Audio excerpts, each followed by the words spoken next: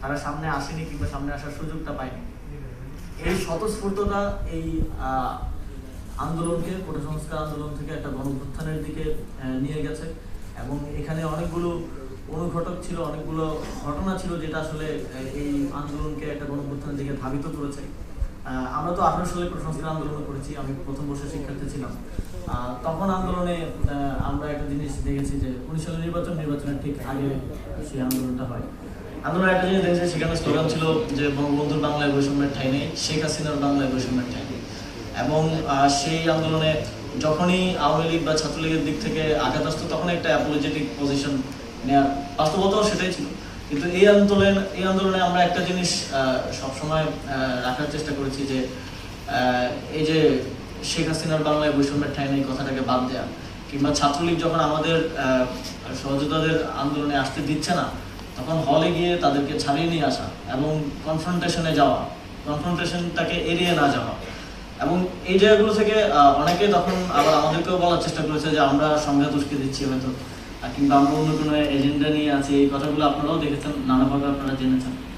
কিন্তু আমাদের পজিশনটা কখনো অ্যাপোলজেটিক কিংবা পিছিয়ে থাকার ছিল না। আমরা সবসময় এই যেটা অবধারিত সেটার দিকে এগিয়ে গেছি। কখনো সেখানে কার্পণ্যতা কিংবা আপোষ করার বিষয়টা যথাসম্ভব চেষ্টা করেছি না আনার।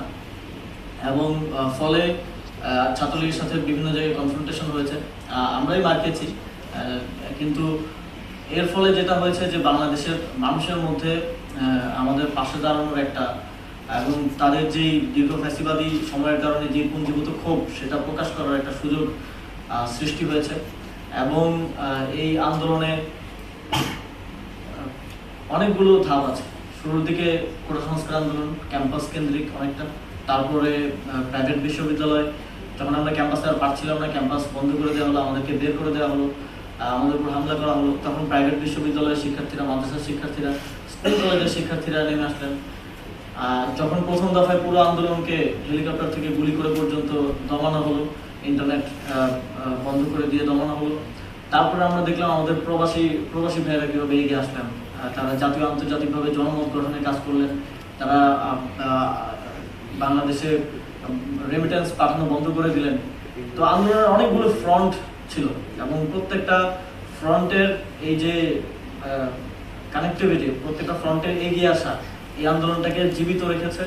এবং এক দফায় পুরোপুরি নিবৃত্ত করার পরও এই আন্দোলনটা আবার সামনে এসেছে। ইভেন আমি আর নাহিদ ভাই আমরা তো প্রায় 10 দিন দৃশ্যপটেই ছিলাম না।